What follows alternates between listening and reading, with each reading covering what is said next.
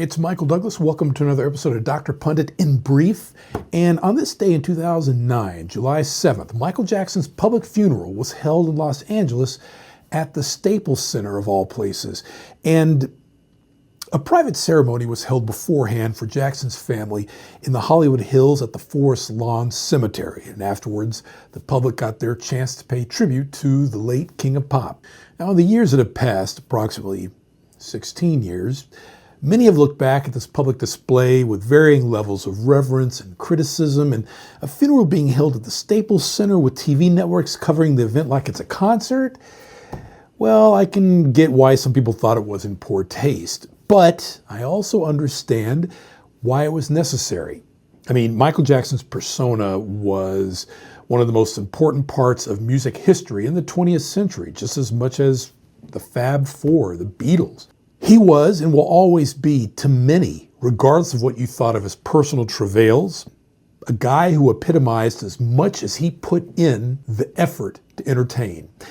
And it's apt that his funeral was such a public spectacle. Now, at the funeral, plenty of famous celebrities were in attendance. Jackson's contemporaries like Mariah Carey, Berry Gordy of Motown Records, Lionel Richie, Stevie Wonder, and others participated in the funeral. Of course, Michael Jackson's family sat in the front. Each of Jackson's bereaved wore black, with each of his brothers wearing a single white glove, sequined glove, to honor Jackson's legacy. Smokey Robinson opened the service by reading a number of letters from those who were close to Michael Jackson but couldn't attend the funeral, including Diana Ross and Nelson Mandela.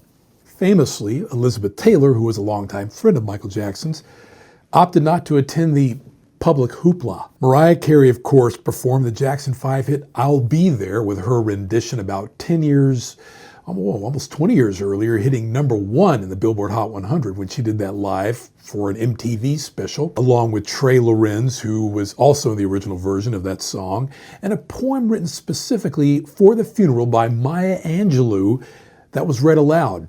Queen Latifah's elegy was particularly heartwarming, according to a lot of people. He came to us from the Creator, trailing creativity in abundance.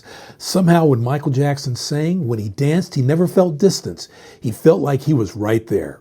Now, those who knew Jackson personally shared memories with the singer, including Berry Gordy, the aforementioned Berry Gordy, Brooke Shields, and others. Stevie Wonder performed Never Dreamed You'd Leave in Summer, and Jennifer Hudson sang a touching gospel version of Will You Be There, a song Michael Jackson took to the top 10 from the Free Willy movie soundtrack about 15, 16 years earlier.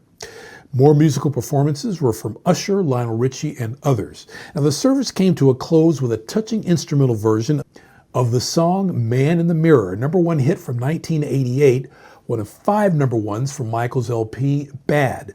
And during this track, a single spotlight was shown on stage. It was quite a production effort for Michael Jackson's funeral, but who knows, maybe the hoopla of it all, as Elizabeth Taylor noted, gave some closure to friends, family, and fans of Michael Jackson.